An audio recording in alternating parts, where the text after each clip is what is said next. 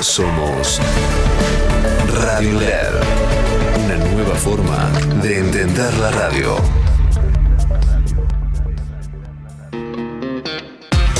Aquí comienza El Mirador, el lugar desde donde vas a poder ver y escuchar anticipadamente toda la información que te interesa. El Mirador, con el análisis y los comentarios de los mejores especialistas. El Mirador, con las entrevistas a los protagonistas de la actualidad y con los datos clave que necesitas para tomar las mejores decisiones. El Mirador, periodistas de primer nivel que con dinamismo y buena onda te adelantan lo que tenés que saber.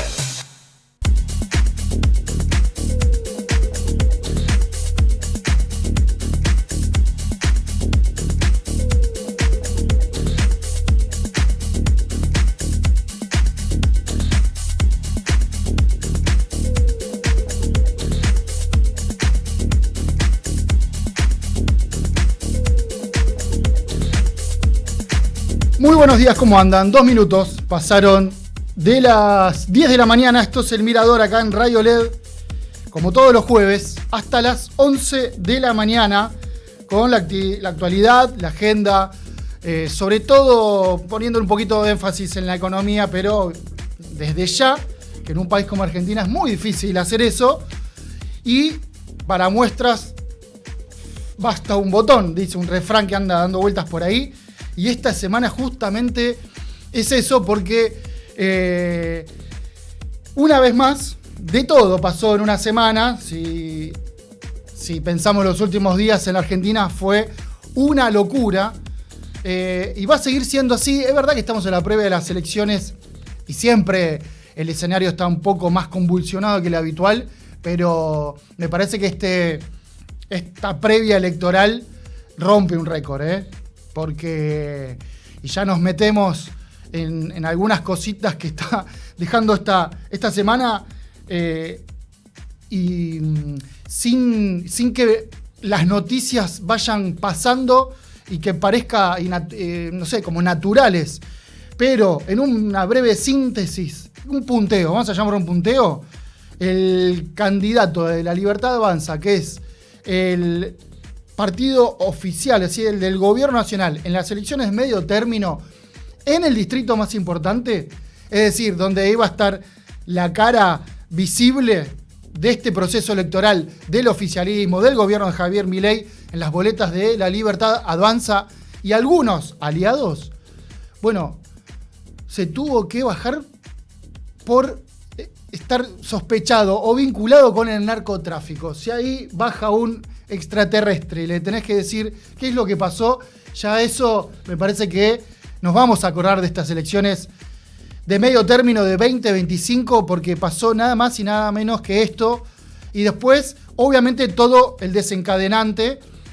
Venimos de un expert con muy flojo de papeles, muy pocos argumentos, hasta que tuvo que decir que se bajaba. Después, como efecto dominó, tuvo que bajarse de la Comisión de Presupuesto, tuvo que pedir licencia en la Cámara de Diputados hasta el 10 de diciembre. Veremos qué es lo que sucede. Y lo último, ayer a la noche, estaba el tema del allanamiento, pero como tiene fueros, ¿qué hacía la justicia? Eso por un lado, capítulo expert, increíble, ¿no? Si estás viendo en esas series que se pusieron de moda hace 2, 3, 4 años, que hablaban del trasfondo político, ¿no? Hubo una que ahora se me fue el nombre, de la política en Dinamarca. Después está House of Cards, ¿no? Toda la trastienda de la política como la parte más oscura y que más por momentos interesa periodísticamente y obviamente llega a las series. Bueno, acá tenés material que un guionista incluso dice, frenemos porque por ahí empieza a ser inverosímil todo lo que estamos contando de este país imaginario que es la Argentina, con candidatos narcos, nadie resiste un archivo, o nadie de las principales voces que están en campaña. Por el lado de la oposición me parece que están dejalo jugar, dejalo que el error no forzado está siempre del lado del oficialismo. Me parece que hasta ahora la campaña es esa. de la oposición. Pero el reverso de todo lo convulsionado que está en materia política, que hay que ver cómo sigue, porque está la extradición express que hizo la Corte Suprema en el medio de todo esto, después de tardar no sé cuántos meses, años, en expedirse sobre el pedido de extradición de Fred Machado, el presunto narco vinculado con Spert, con la causa en Estados Unidos, en particular en el estado de Texas. La Corte Suprema Express, pum, extradición es tuya. El gobierno, que tiene que salir por firma del presidente, también. Ya lo trasladaron de Viedma a la ciudad de Buenos Aires. Bueno, así son los sucesos alrededor de todo lo que pasó con la ex candidatura de José Luis Espert, quien iba a ser la cara en estas elecciones de medio término del gobierno de Javier Milei y terminó llevándolo directamente al fin de su carrera política, por lo menos hasta ahora, porque estamos en Argentina y vaya uno a saber qué es lo que sucede en 2, 3, 7 años con Espert, pero por lo menos ahora claramente está fuera de juego. Y el reverso de todo esto, decíamos, con la agenda política como está, todo lo que está pasando en materia económica, que pareciera que está en otra velocidad, en otro grado de noticias que van llegando a los medios, pero que está. Tenemos el equipo económico en Estados Unidos desde el sábado pasado, al menos el equipo entero, no sé si fueron escalonados, pero está Toto Caputo, el ministro de Economía, nada más y nada menos, desde el sábado en Washington, intentando ver que haya alguna señal. El experto en señales al mercado no está encontrando la vuelta y no hay tweet de Scott Bessent, el secretario del Tesoro, que tranquilice a los mercados y la salida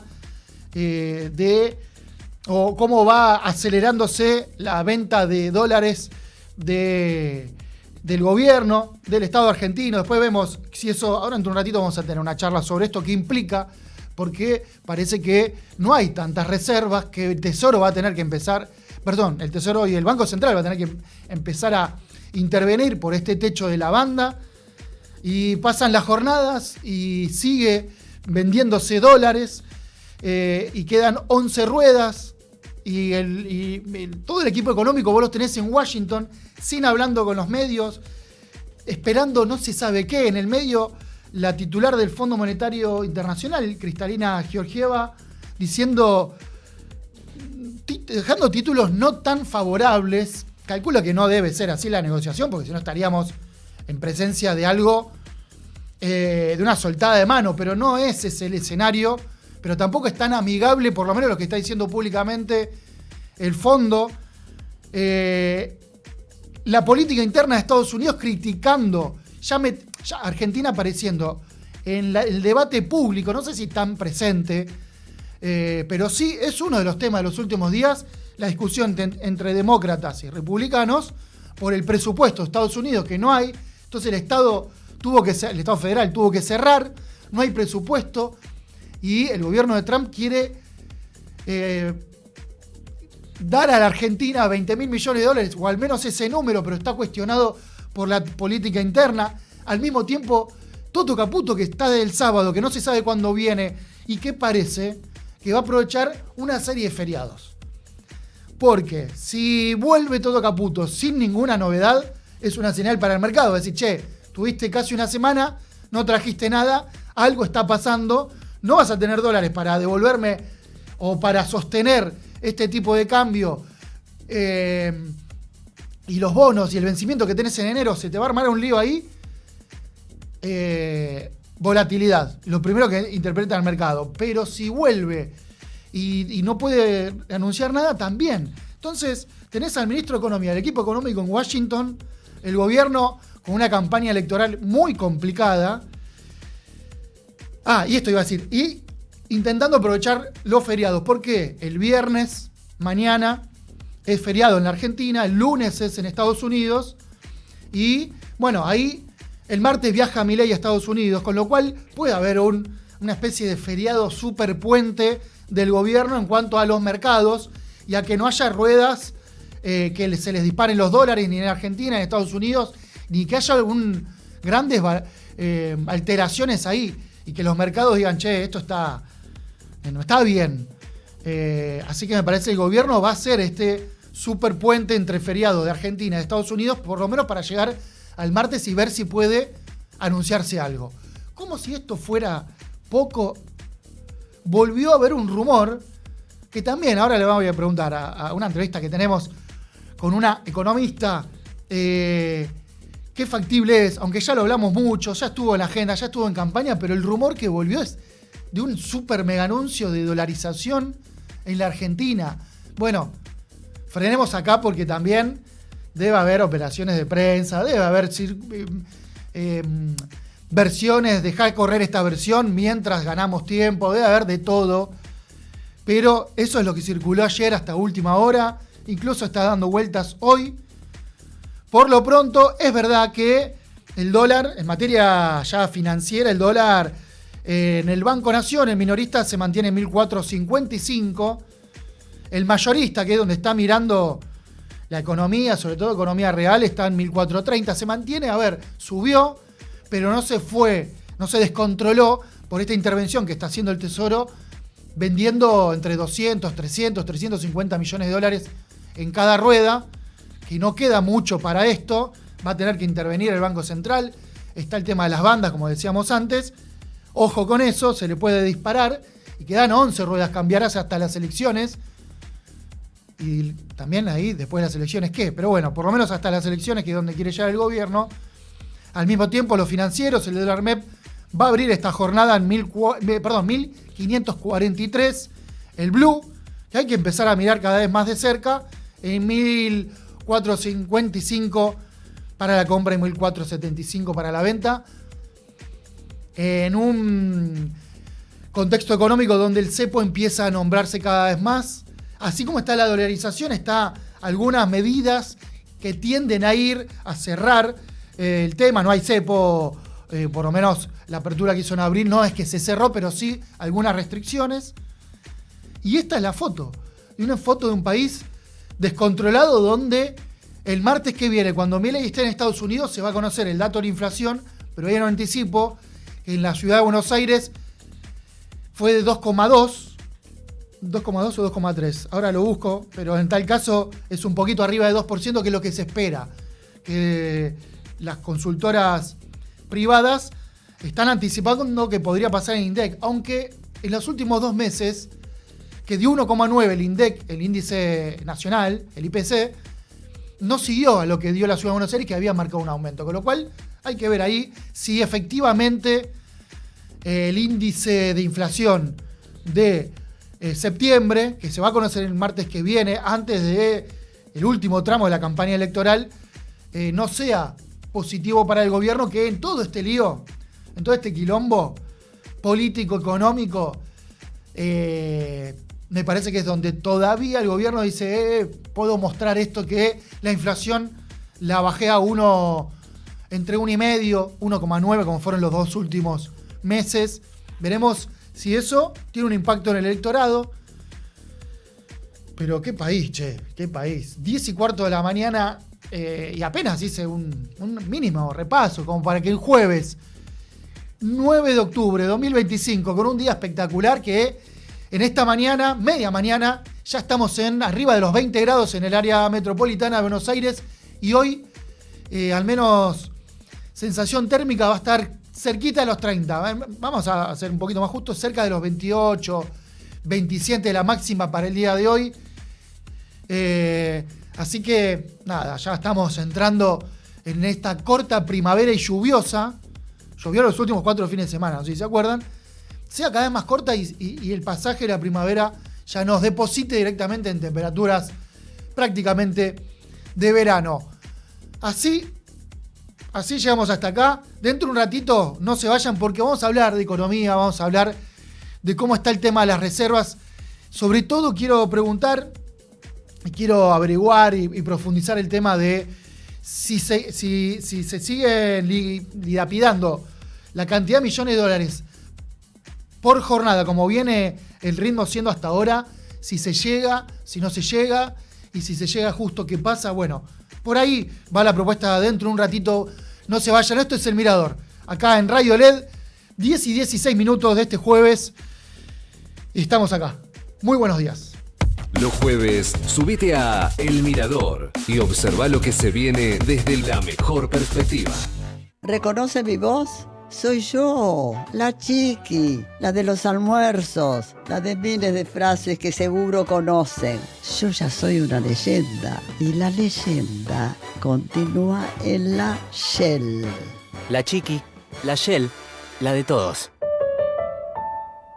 Naturgy te recuerda que alterar las instalaciones de gas de la distribuidora o un medidor de gas representa un potencial alto riesgo para la seguridad de las personas y para sus bienes materiales, además de constituir un delito. Por ello, las instalaciones de gas solo pueden ser manipuladas por personal autorizado por la compañía. Si sos testigo o tenés conocimiento de estas irregularidades, te pedimos que hagas la denuncia. Si preferís en forma anónima al 0810-333-6862 o por mail a denuncias@naturgy.com.ar. Cuidémonos entre todos. Somos PAE, líder global de energía. Ofrecemos productos y servicios a la industria y estaciones de servicio. Nuestra producción de petróleo y gas abastece al mercado local y al de exportación. Producimos combustibles de máxima calidad en la refinería más moderna de Sudamérica. Invertimos, innovamos, crecemos. Somos PAE, energía para la industria. Subite a El Mirador. Te lo cuentan los mejores periodistas de cada sector. El Mirador.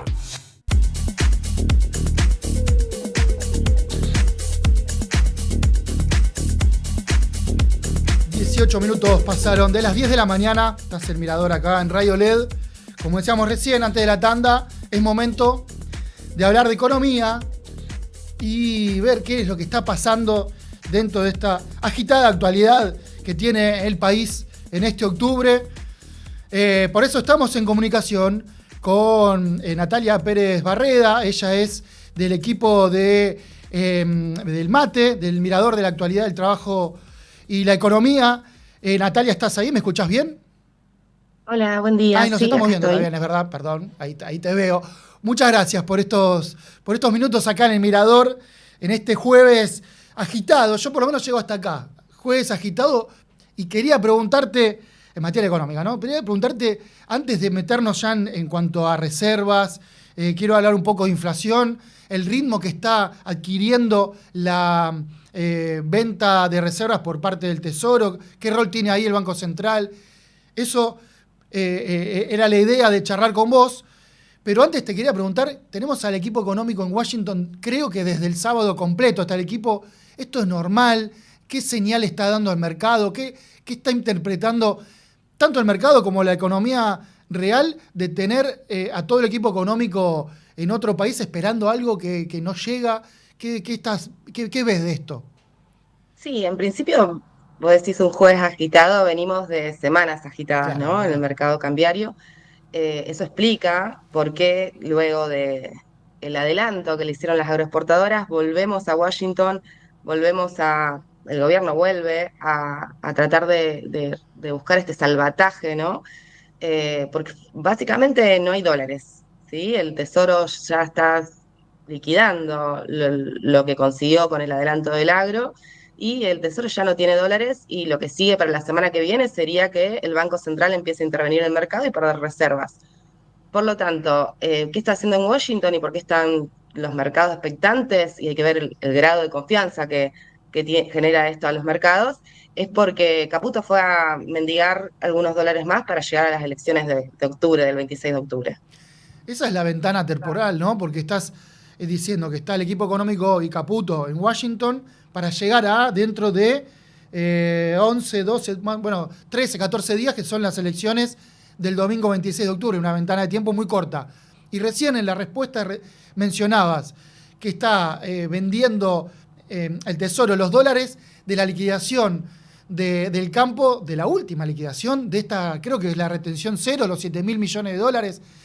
¿Por qué, ¿Por qué es tan corto la mirada de lo que está pasando con las reservas y la economía?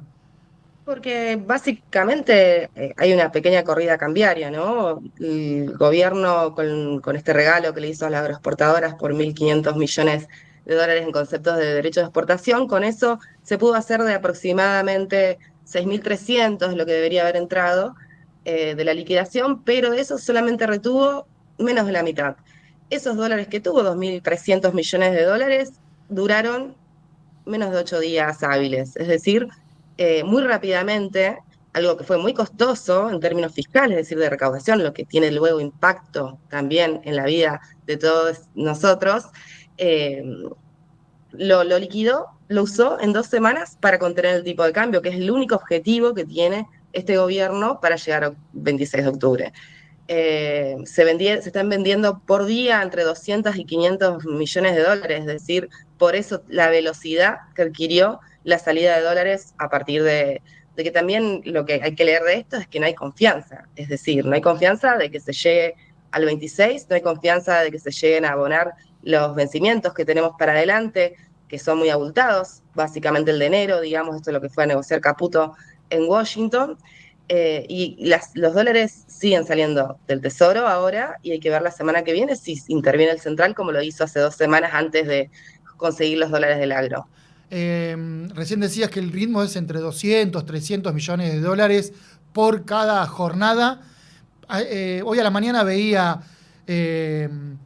algunas noticias respecto de este tema que daban alrededor de 680, 700 millones de dólares. Es decir, si adquiere ese ritmo, son 3, si mi cálculo rapidito así en la cabeza, cálculo matemático, son 3, a lo sumo 4 días si un día está un poco más calmo, pero Sí, eso... en realidad es difícil estimar porque lo único que tenemos son los depósitos del Tesoro en el Banco Central y esto pueden variar por distintos motivos, ¿no? Pero uno puede ver a lo largo de los días cómo se van perdiendo y hay distintas estimaciones en relación a lo que le queda al gobierno, también teniendo en cuenta los vencimientos de deuda que tienen alrededor de 300, un poco más de 300 millones de dólares que ya tiene comprometidos para pagar deuda.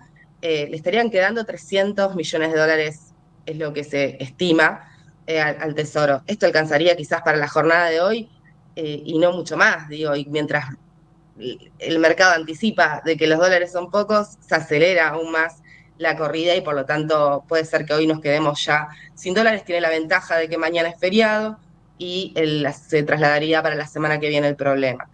Y en el medio, a las expectativas de conseguir algo en Washington, pero también todos los rumores, porque no sabemos nada de lo que está haciendo Caputo en Estados Unidos, hablan de que el salvataje vendría para el año que viene, para los vencimientos de deuda del año que viene. ¿Y por qué esto? Porque de alguna manera también se sobreentiende de que estamos en una situación muy similar a la corrida cambiaria de 2019, donde ante una elección, una inminente elección, la corrida va a continuar y por lo tanto el salvataje lo único que haría, hoy decían, una curita, en el sentido de justamente seguir alimentando esta fuga de reservas hasta llegar en 2 semanas. Entonces, los rumores dicen que el salvataje recién llegaría en 2026. Entonces hay que ver qué sucede la semana que viene, si el Central empieza y qué poder de fuego tiene para poder contener la corrida. Entonces, en ese marco le quedarían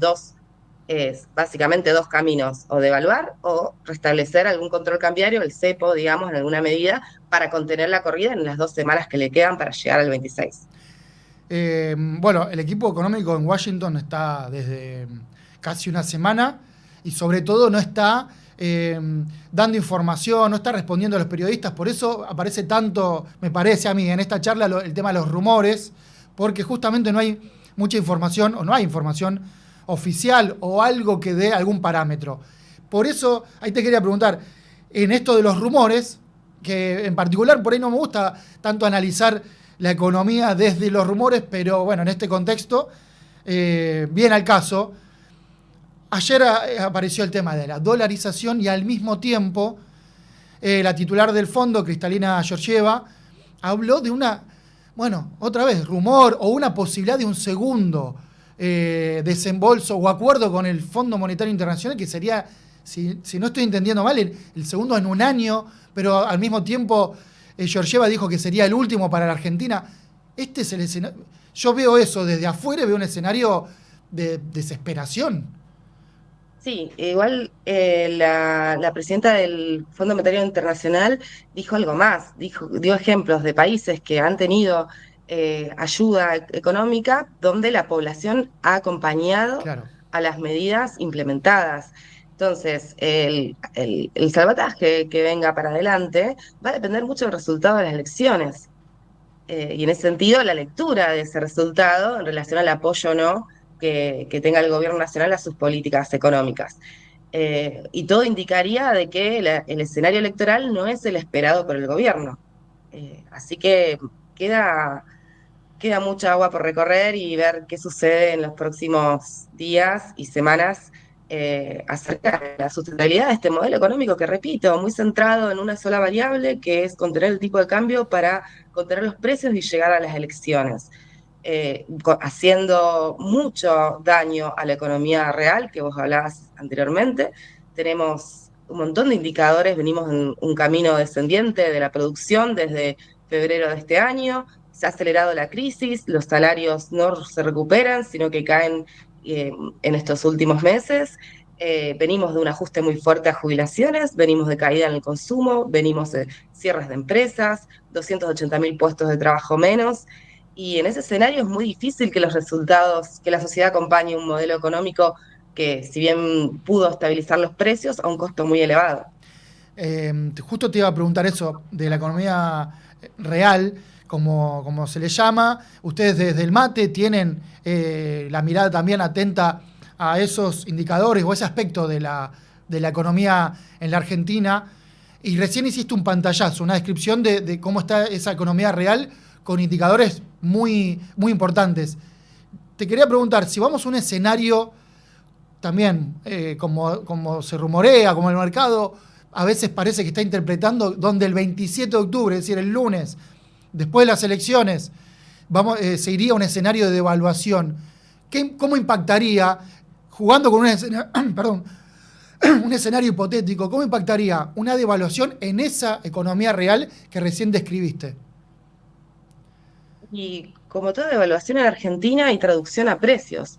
Si bien el gobierno viene argumentando de que no hubo ese pass-through, le llaman, ¿no? Este pasaje del aumento del tipo de cambio a precios, uno cuando ve la serie de mayor largo plazo, uno ve que los precios fueron acompañando, de hecho en algún momento se anticiparon a la devaluación, estoy hablando de finales de 2023 y principios de 2024, y ya estamos viendo algunos indicadores. Ayer salió el indicador de precios de Ciudad de Buenos Aires, marcando claramente un incremento en el índice de inflación del 2,2% para el mes de septiembre. Por lo tanto, si ante la expectativa de una devaluación, es muy probable que la confianza en la sustentabilidad del tipo de cambio se vea amenazada y por lo tanto los empresarios, los fijadores de precios, empiecen a adelantar precios, a subir precios precautoriamente. Por lo tanto, la expectativa que se tiene ante un escenario inminente de devaluación de la moneda, que dicho sea de paso es lo que le pide el gobierno norteamericano para poder darle el salvataje de dólares que necesita Milei, va a generar incrementos de la inflación y se cae justamente el único pilar que sostuvo este gobierno durante un año y medio, un poco más, que está gobernando, que es bajar la inflación a través de pisar el tipo de cambio. La última, Natalia, el martes que viene se conoce la inflación del INDEC de septiembre. Hay un anticipo de la Ciudad de Buenos Aires que dio 2,2. A veces tiene un correlato, me parece, a veces que no. ¿Qué crees que puede pasar con el próximo índice de inflación? ¿Por dónde puede ir? Toda la expectativa es de un crecimiento, digamos, el último indicador dio 1,9, Sí. tampoco es que fue de los más bajos del gobierno de Milei, y es muy probable que esté por encima del 2, no mucho más que eso, ¿no? Porque estamos en una situación de fuerte recesión y donde de alguna manera todavía hay expectativas de que el tipo de cambio pueda seguir sosteniéndose, pero bueno, hay que ver qué va a suceder en octubre, ¿no? Que ahí sí ya tenemos un montón de consultoras privadas que van siguiendo algunos precios que muestran que la inflación se va a acelerar. Natalia, muchas gracias por estos minutos acá en El Mirador, con tu mirada justamente de lo que está pasando. Muchos miradores, ¿no? Exactamente, sí, hay que mirar. Muchas gracias por estos minutos acá. Gracias a vos. Abrazo grande. Pasaba entonces la economista Natalia Pérez Barreda, economista del equipo del mate.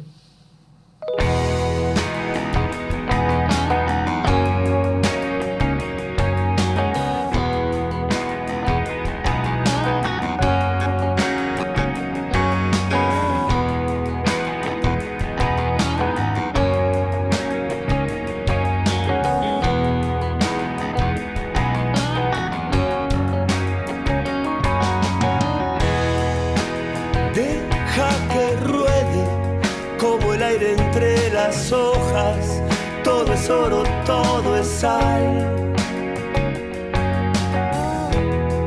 Que llegará el día que no quemen sus recuerdos, que se apagará el dolor.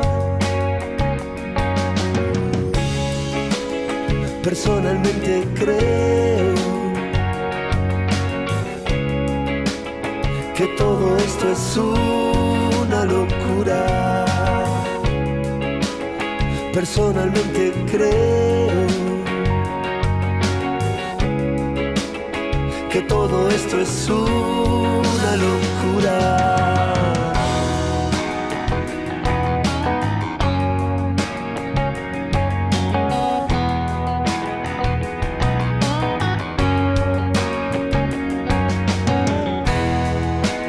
¿Cómo es la vida? ¿Cuántas veces en el cielo?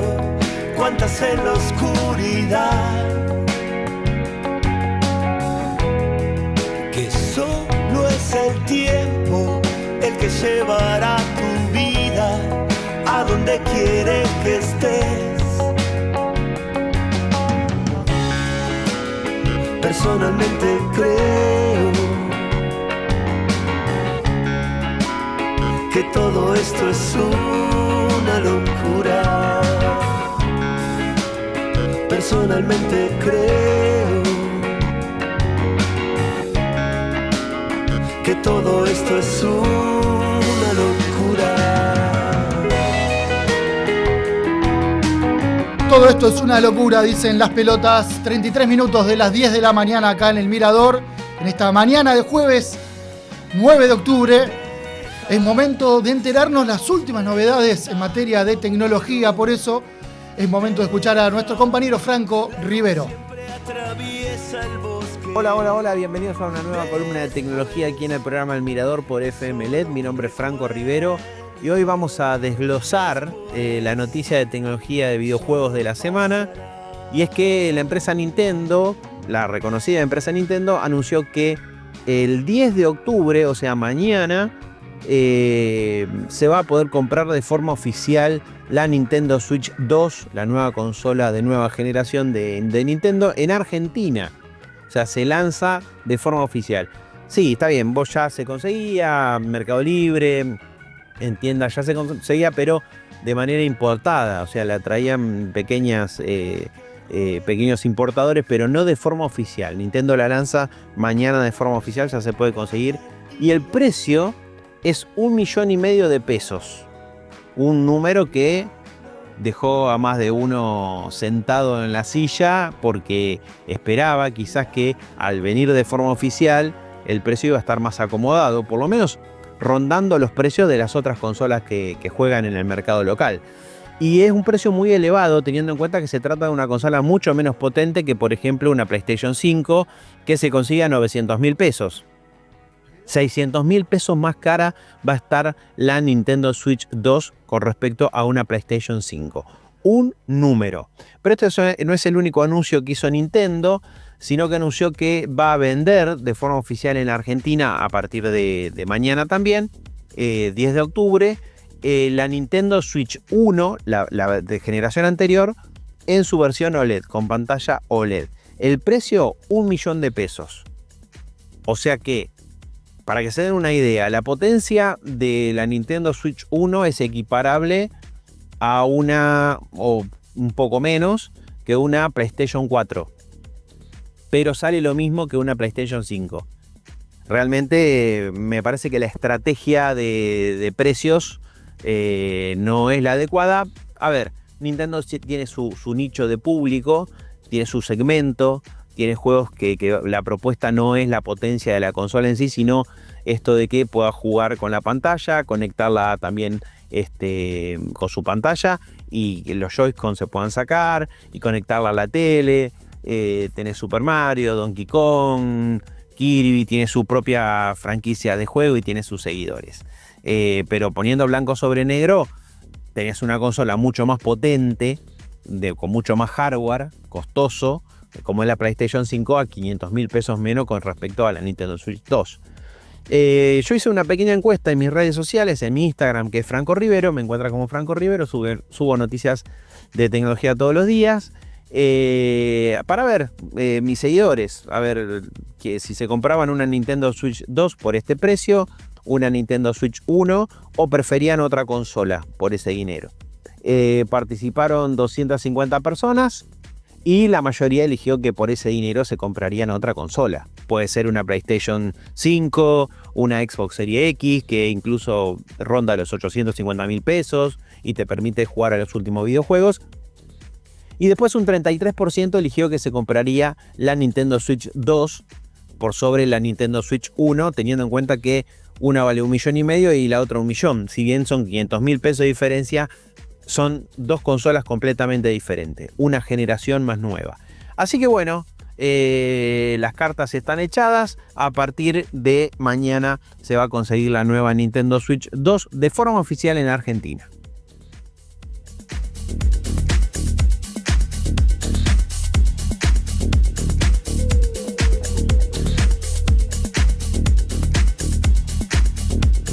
Muy bien, 10:38, como decíamos, de este agitado jueves en materia de noticias, como los últimos días, la verdad, en esta agitada actualidad argentina.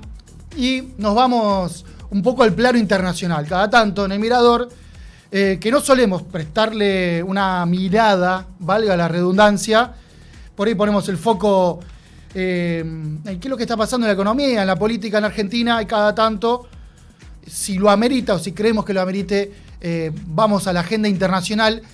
Y este jueves es lo que creemos, por lo que se conoció esta semana, sobre todo ayer, entre el acuerdo que tiene como protagonistas en Estados Unidos al presidente de ese país, Donald Trump, y al presidente de Israel, Benjamín Netanyahu, ahí está, así se dice, sobre el conflicto en Gaza, el conflicto con los palestinos, Hamas, y ahí empezó a correr otra agenda a partir de lo que sería este acuerdo de los famosos 21 puntos, que lo que se conoce hasta ahora, al menos en los portales, sería la liberación de rehenes vivos por parte de Hamas y supuesta retirada de los territorios de Gaza o alto el fuego. Bueno, llego hasta acá porque al menos en materia de títulos es esto lo que se conoce. Después está la firma del primer borrador de la primera etapa que se acaba de firmar, según fuentes de Israel, en Egipto, por todas las partes del conflicto entre Gaza, el conflicto en Medio Oriente, particularmente en Gaza. Para hablar de este tema estamos en comunicación con el analista internacional Gabriel Puricelli, que también es candidato a diputado nacional por el Movimiento Ciudadano. Gabriel, ¿cómo estás? Muy buenos días. ¿Qué tal? Buenos días, Roberto. ¿Cómo estás? Bien, todo bien. Muchas gracias por estos minutos. Esta semana, o este programa, mejor dicho, queríamos prestarle un poco de atención a ver qué es lo que se firmó, si es que por lo menos las noticias que llegan a Argentina, que por ahí no tenemos una cultura de la agenda internacional tan instalada, en esto que estamos al sur y en nuestro rol en el mundo, pero bueno, es un conflicto obviamente en Palestina, en Gaza, Cisjordania, Israel, que viene de décadas y décadas y décadas, pero está el tema de la firma del acuerdo de paz. Ya empiezo a poner comillas por el conflicto. Te pregunto cuál es tu visión de por lo menos lo que se conoce hasta ahora. Bueno, lo primero que podemos esperar de la firma de este acuerdo preliminar parcial es un intercambio de prisioneros. Concretamente que Hamás libere los rehenes a cambio de una cantidad muy importante de prisioneros palestinos en cárceles israelíes. Este es el centro de este acuerdo y, por supuesto, un muy bienvenido alto el fuego que veremos, porque el diablo está en los detalles, cuánto dura y a qué tipo de retiro de tropas israelíes se llega, ¿no? Porque aquí este es un acuerdo bastante modular que tiene en principio esta característica inicial de determinar un alto en fuego, cosa que es esencial porque la tasa de mortalidad de la acción bélica israelí es altísima y desproporcionada. Entonces eso se detiene y, por otro lado, un intercambio de prisioneros con un retiro parcial de tropas, con lo cual del territorio ocupado de Gaza quedaría solo una porción todavía ocupada por fuerzas israelíes. El detalle de cómo se termina con esa ocupación, de cómo se establece una administración tecnocrática palestina bajo supervisión internacional, será materia de etapas ulteriores de este acuerdo. Gabriel, ¿por qué se da ahora con este tablero? Recién hablabas de estas incursiones o ocupaciones del ejército de Israel en zonas de Gaza, donde parece que no están interviniendo otros países terceros en este conflicto ahora, los últimos días estoy hablando. Por eso te quería preguntar por qué ahora y cuál es la foto del conflicto.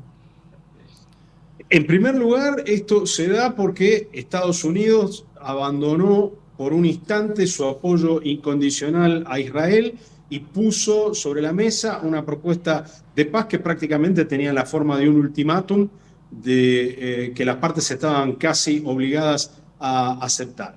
Esto crea una situación difícil de rechazar para las dos partes por dos razones. Para el lado palestino, para el lado de Hamás, porque está enfrentando no solo una derrota militar absoluta, sino porque está viendo diezmada la población civil de la Franja de Gaza. Por el lado de Israel, el esfuerzo bélico de Israel tiene solo 3 semanas de autonomía, 3 semanas de posible continuidad si los Estados Unidos le retiran su apoyo.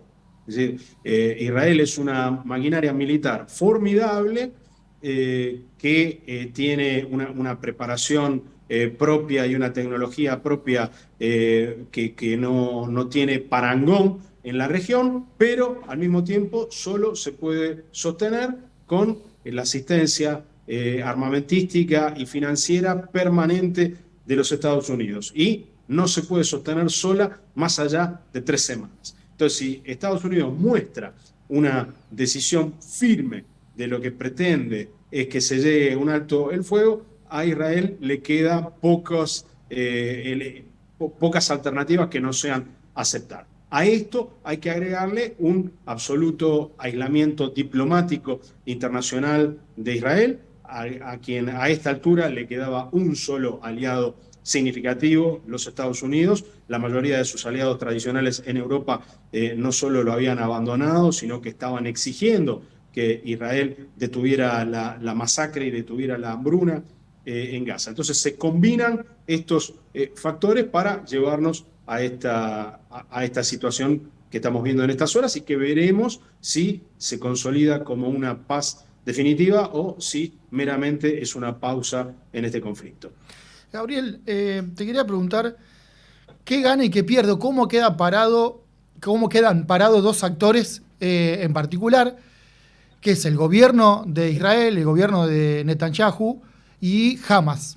En estos puntos, en este acuerdo, si evoluciona el acuerdo en este sentido que vas describiendo, ¿cómo queda parado cada actor?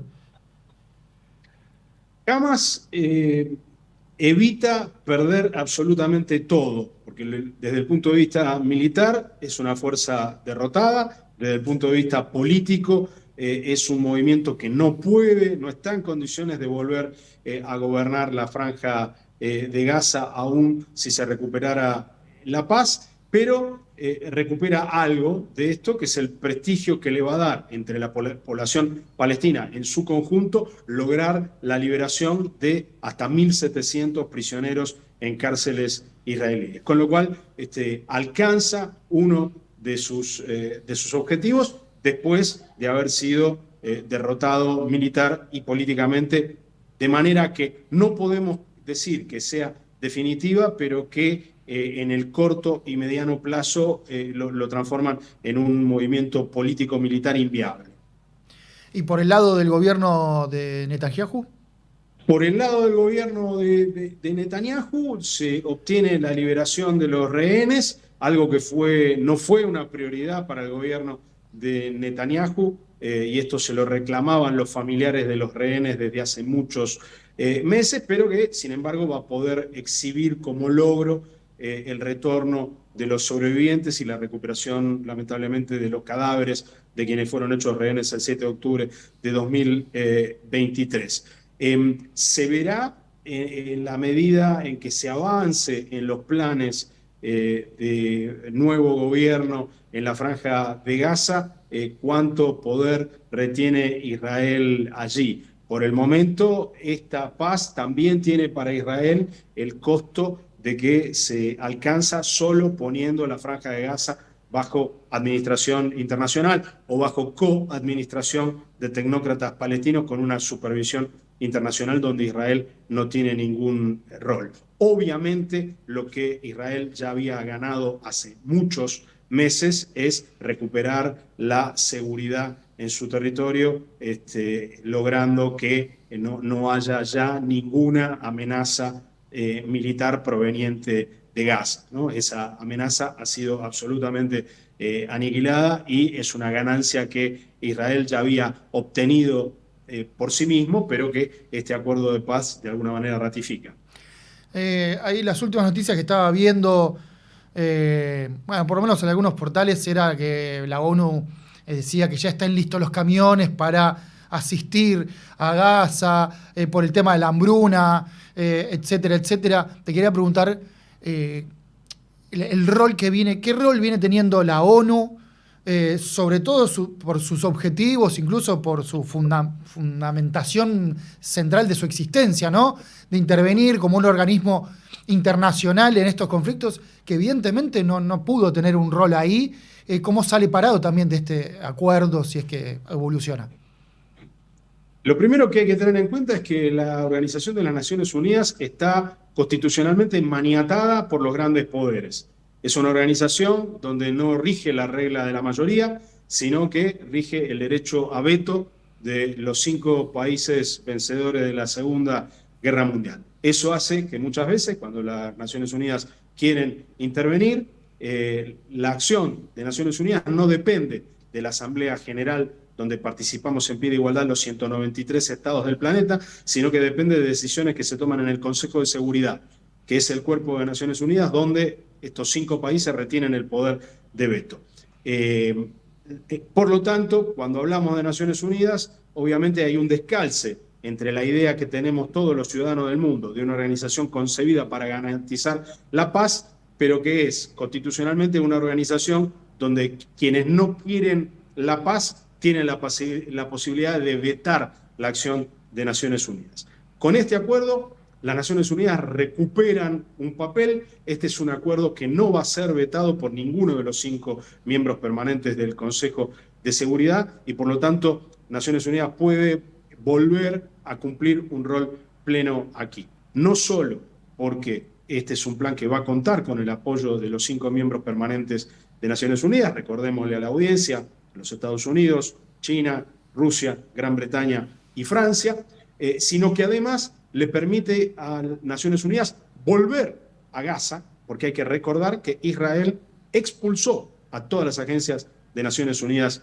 de Gaza, tanto a la Organización de Naciones Unidas para los Refugiados como a la Agencia de Naciones Unidas para Palestina.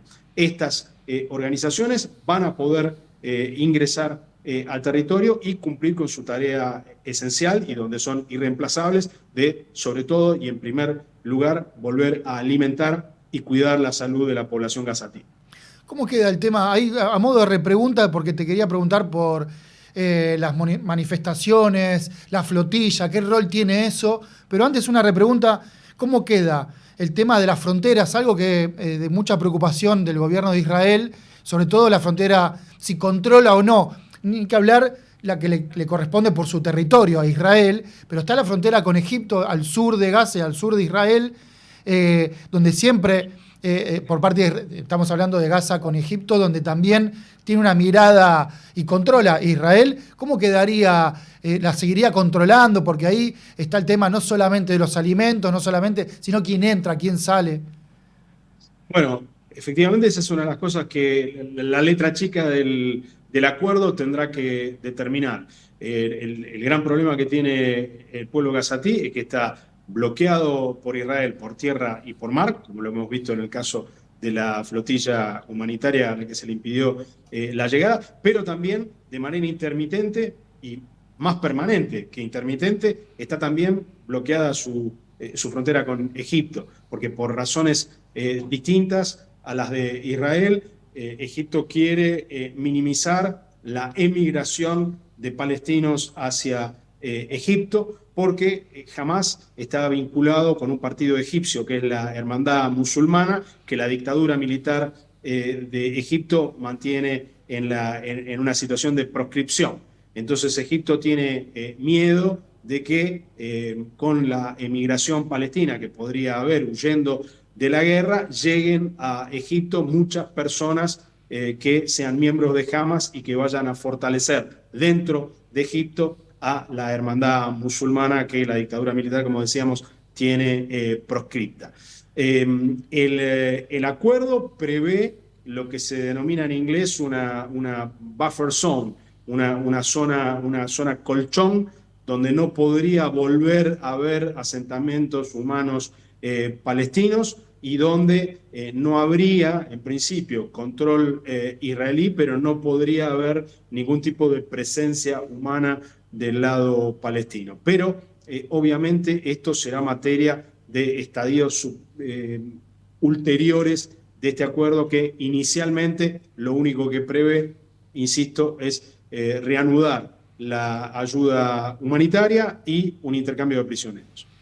Gabriel, la última, nos quedan 2 minutos, ya estamos cerrando, pero te quería preguntar, salió el tema de la flotilla, pero también hubo manifestaciones, sobre todo países de Europa, algunos de Estados Unidos, bueno, en muchos países, ¿no? Pero en Italia fue muy, muy grande la manifestación en apoyo a Palestina y demás.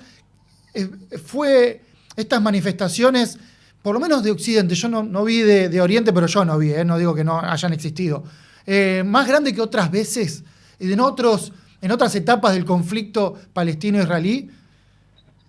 Efectivamente, la reacción de la opinión pública en todo Occidente y no solo en Europa, hay que computar también las movilizaciones muy importantes que hubo dentro de Estados Unidos y en otros países del mundo, incluso aquí en Buenos Aires.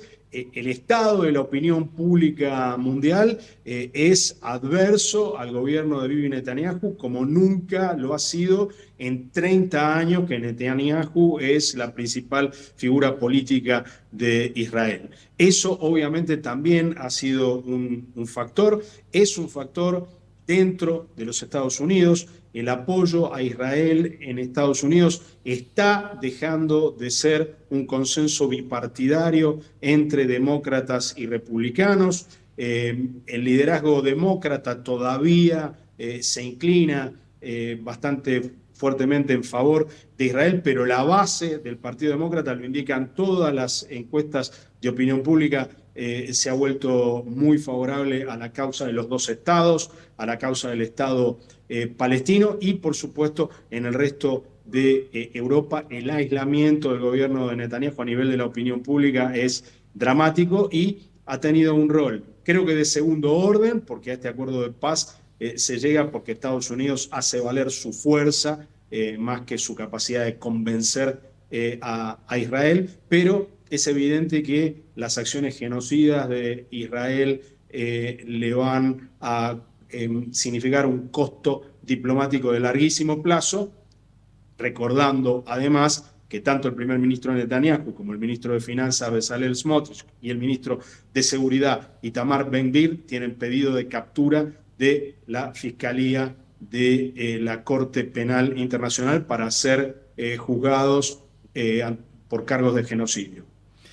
Gabriel, muchas gracias por esta entrevista, por darnos tu mirada acá en el programa sobre lo que está pasando ahí en Gaza y el conflicto a nivel internacional, todo tu visión que nos diste, así que un abrazo grande. Gracias a ustedes por la comunicación. Abrazo. Pasaba entonces a la lista internacional Gabriel Puricelli, candidato a diputado también nacional del Movimiento Ciudadano, tiene referencia en el diputado Esteban Paulón. Los jueves, subite a El Mirador y observa lo que se viene desde la mejor perspectiva. ¿Reconoce mi voz? Soy yo, la Chiqui, la de los almuerzos, la de miles de frases que seguro conocen. Yo ya soy una leyenda y la leyenda continúa en la Shell. La Chiqui, la Shell, la de todos. Naturgy te recuerda que alterar las instalaciones de gas de la distribuidora o un medidor de gas representa un potencial alto riesgo para la seguridad de las personas y para sus bienes materiales, además de constituir un delito. Por ello, las instalaciones de gas solo pueden ser manipuladas por personal autorizado por la compañía. Si sos testigo o tenés conocimiento de estas irregularidades, te pedimos que hagas la denuncia. Si preferís en forma anónima al 0810-333-6862 o por mail a denuncias@naturgy.com.ar. Cuidémonos entre todos. Somos PAE, líder global de energía. Ofrecemos productos y servicios a la industria y estaciones de servicio. Nuestra producción de petróleo y gas abastece al mercado local y al de exportación. Producimos combustibles de máxima calidad en la refinería más moderna de Sudamérica. Invertimos, innovamos, crecemos. Somos PAE, energía para la industria. Subite a El Mirador. Te lo cuentan los mejores periodistas de cada sector. El Mirador.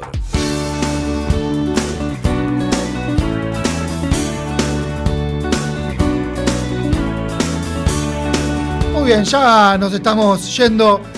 Está terminando el Mirador del día de hoy. Así se dice correctamente, porque al mismo tiempo mi ansiedad llevaba que quería decir la hora, 10:58, quise decir todo eso al mismo tiempo. Y está mal, porque después te pasa lo que me acaba de pasar a mí. Pero volviendo, lo último, volvemos al tema de cómo abrimos el programa con todo el tema electoral y expert. Bueno, el gobierno apeló y la Cámara Electoral va a definir si autoriza o no el reemplazo de Santilli por expert, que se bajó de la candidatura. Ahora va a ser el Tribunal Superior quien va a decidir si permite que Diego Santilli sea el primer candidato a diputado por La Libertad Avanza en la provincia de Buenos Aires, siendo que al bajarse José Luis Espert está Karen Reijard, que no se llama Karen Reijard, sino se llama de una manera que me olvidé, Karen Vázquez, ahí está. Karina, es verdad, Karina, igual que la hermana del presidente. Karina Vázquez se llama Karen Reijard, entonces en la boleta no va a aparecer como Karen Reijard. Es un lío todo esto porque al mismo tiempo quedan 12 días para la elección y se termina el tiempo. No tiene mucha posibilidad el gobierno de apelar y esperar porque $10 millones saldría reimprimir las boletas que todavía no se decidió si se va a reimprimir. Van todas juntas las boletas. Bueno, acá estamos. Hasta 17 días quedan para el 26 de octubre. Llegamos hasta acá porque si no ya es un lío tremendo. 11 de la mañana. Esto fue El Mirador acá en Radio LED. Hernán Abella en los controles, Sol Montero y Jorge Figueroa en la producción del Mirador del día de hoy. Sigan acá en Radio LED, no se vayan. Por mi parte les deseo que tengan una muy buena semana y sobre todo un muy buen fin de semana y largo fin de semana. Chau. Esto fue El Mirador, el lugar desde el cual podés ver en forma anticipada lo que sucederá en el mundo de los negocios, las finanzas y el agro. El Mirador, Otra producción de Séptimo Cielo. Somos Radio en Vivo. Somos